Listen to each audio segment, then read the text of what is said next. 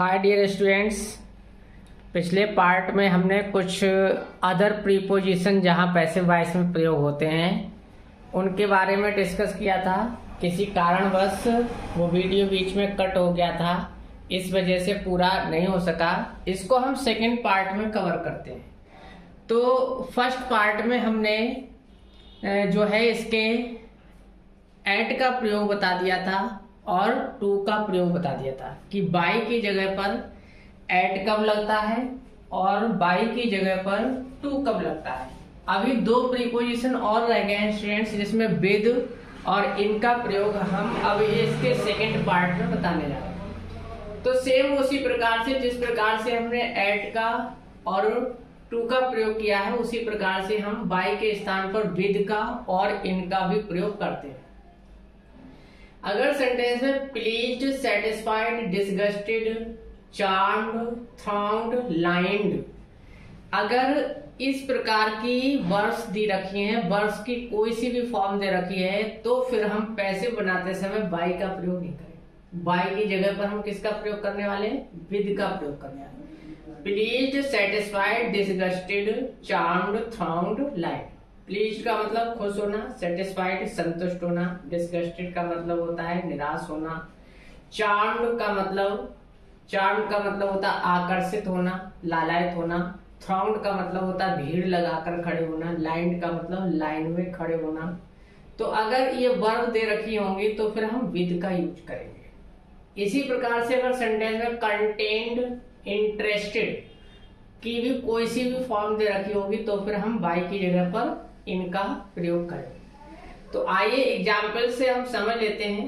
पहले कंटेंट का मतलब, कंटेंट यानी कि किसी एक चीज के अंदर जो चीज कंटेंट के रूप में होती है, सामग्री के रूप में होती है, उसे कंटेंट बोलते हैं। जैसे बॉक्स के अंदर किताबें होना, बैग के अंदर किताबें होना, किताब के अंदर कहानियां होना, तो ये कंटेंट शब्द यूज होगा। एग्जाम्पल के थ्रू समझते हैं।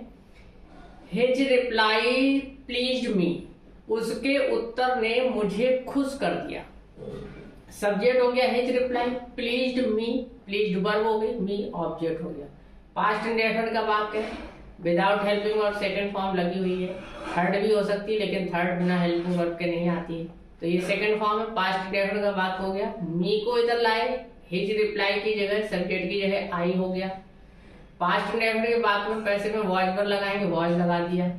I was pleased, by subject लिखा जाता है लेकिन यहाँ बाई सब्जेक्ट नहीं, with his reply. By his reply ना करके हमें यहाँ पर क्या करना है? With his reply.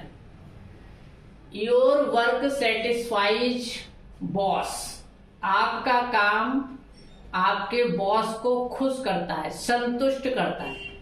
तो योर वर्क सब्जेक्ट हो गया, बॉस ऑब्जेक्ट हो गया।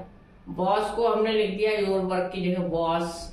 प्रेजेंट इंडेफिनिट का वाक्य इसलिए इजारे में लगाएंगे, इज लगा दिया।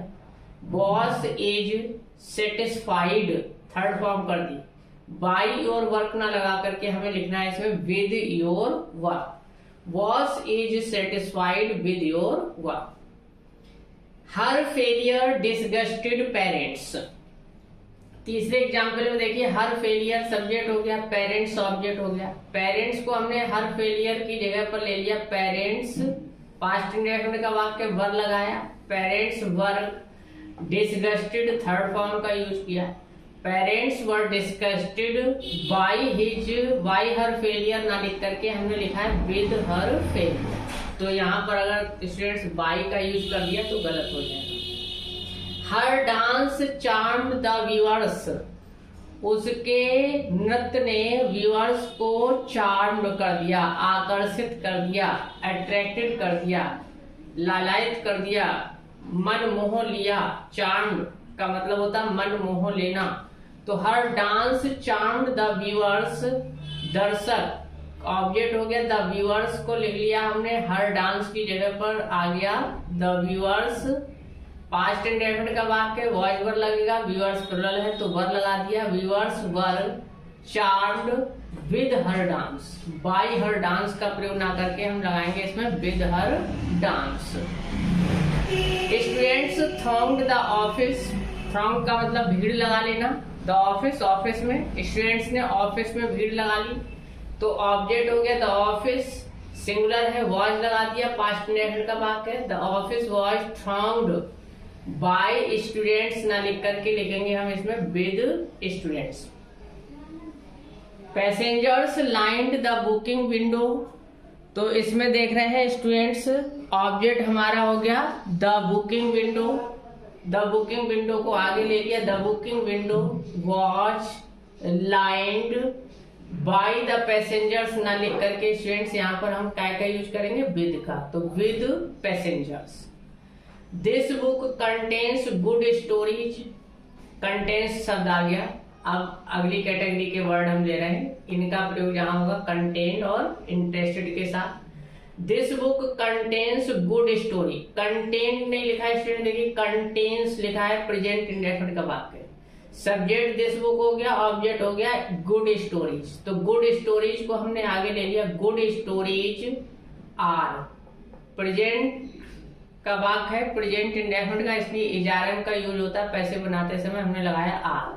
Good stories are contained, third form का यूज कर दिया, contained in this book, by this book नहीं लिख पाएंगे, इसमें हमें क्या लिखना है, इन दिस बुक, क्योंकि कंटेंट और इंटरेस्टेड के साथ इनका यूज होता है। Games interest children, games interest children, खेल इंटरेस्ट करते हैं, रुचि प्रदान करते हैं, किसके लिए, चिल्ड्रन के लिए।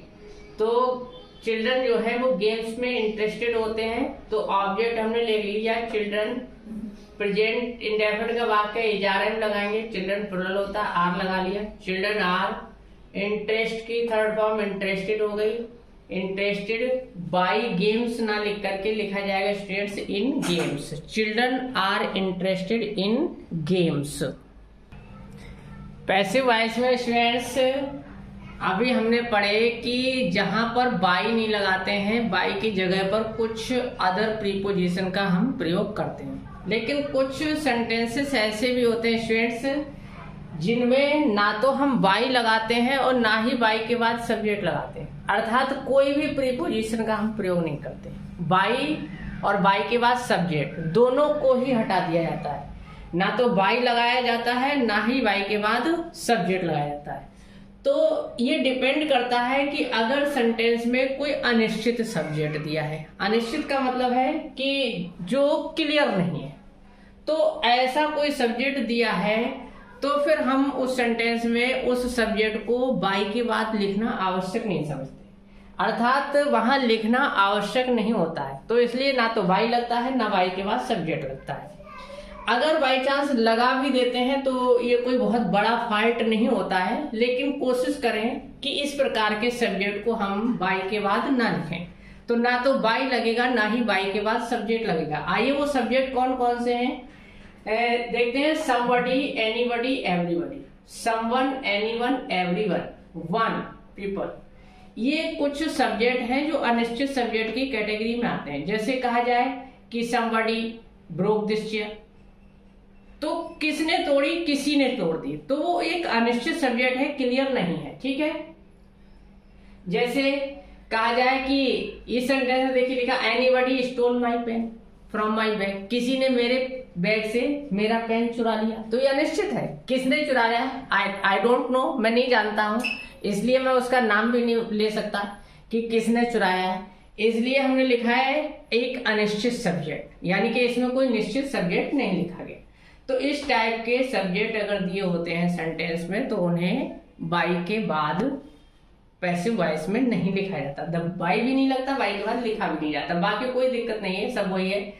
Someone solved this question, someone solved this question, कुछ लोगों ने इस क्वेश्चन को सॉल्व किया, दिस क्वेश्चन वाज सॉल्व्ड, यहां बाई समवन लिखने की आवश्यकता नहीं। ऑब्जेक्ट हो गया दिस क्वेश्चन, समवन की जगह लिख गया दिस क्वेश्चन, पास्ट इंडेफिनिट का वाक्य वाज लग गया, सॉल्व की third form solved, by someone लिखा जाना चाहिए यहाँ पर, लेकिन लिखने की आवश्यकता नहीं है, जरूरत नहीं है, इसलिए यहाँ पर लिखना जरूरी नहीं। Anybody stole my pen from my bag, object हो गया my pen, from my bag नहीं है, तो ऑब्जेक्ट है माय पेन और सब्जेक्ट है एनीबडी, एनीबडी की जगह लिख गया माय पेन। पास्ट इंडेफिनिट का वाक्य स्टोल से पहचान लिया, वर्ब की सेकंड फॉर्म लगी है, तो पास्ट इंडेफिनिट पैसिव में वाज पर लगेगा। My pen was stolen from my bag. By anybody लिखने की आवश्यकता नहीं। पीपल लाइक्स ऑनेस्ट लीडर्स, लोगों को ईमानदार नेता पसंद है। पीपल लाइक ऑनेस्ट लीडर्स, लोगों को ईमानदार नेता पसंद है। ऑनेस्ट लीडर्स सब्जेक्ट हो गया, पीपल की जगह ऑब्जेक्ट हो गया, पीपल सब्जेक्ट हो गया, पीपल की जगह लिख दिया हमने honest leaders.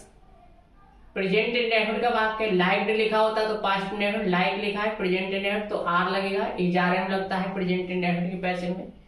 Honest leaders are liked by people लिखने की जरूरत नहीं है। इसी प्रकार से कुछ अनिश्चित सब्जेक्ट है तो अफर्मेटिव के फॉर्म में थे, नेगेटिव फॉर्म में भी हो सकते हैं, नोबडी, नो वन, नन, तो ये नेगेटिव फॉर्म में सब्जेक्ट होते हैं। तो नेगेटिव फॉर्म वाला अगर सब्जेक्ट हम हटा देंगे तो फिर वाक्य हमारा अफर्मेटिव हो जाएगा, जबकि एक्टिव का सेंटेंस नेगेटिव अर्थ दे रहा था। और जब अगर हम नोबडी, नो वन, नन को हटा देंगे तो पैसिव का सेंटेंस अफर्मेटिव हो जाएगा। यही कारण है इन सब्जेक्ट्स को तो हम हटा देते हैं, बाई के बाद नहीं लिखते हैं, लेकिन सेंटेंस में हम नॉट का प्रयोग करते हैं ताकि पैसिव निगेटिव रहे। एक्टिव भी निगेटिव था तो पैसिव भी कैसा रहना चाहिए, negative. Nobody likes false flattery, किसी को भी झूठी तारीफ पसंद नहीं।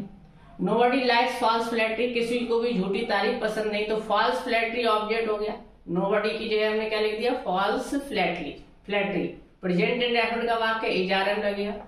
False flattery is not liked, by nobody लिखने की जरूरत नहीं है। नॉट क्यों लगा स्टूडेंट्स, क्योंकि नोबडी हटा है, नोबडी से निगेटिव बना था। नोबडी लाइक्स फॉल्स फ्लैटरी, अर्थ देखिए किसी को भी झूठी तारीफ पसंद नहीं है, तो इसमें देखिए नहीं शब्द आ रहा है, लेकिन इसमें कहीं भी नॉट नहीं लगा है।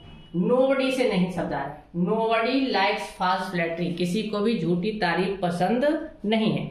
अब इसी सेंटेंस को जब हम फॉल्स फ्लैटरी इज लाइक्ड कर देंगे तो अर्थ बदल जाएगा। ये नेगेटिव था, ये अफर्मेटिव हो जाएगा, क्योंकि नोबडी तो लिखना नहीं। जब नोबडी नहीं लिखना है तो नोबडी से जो नेगेटिव बन रहा था वो हम नॉट से नेगेटिव बना देंगे, तो false flattery is not liked. तो स्टूडेंट्स याद रहे, नोबडी, नो वन, नन को भी हटाएंगे, लेकिन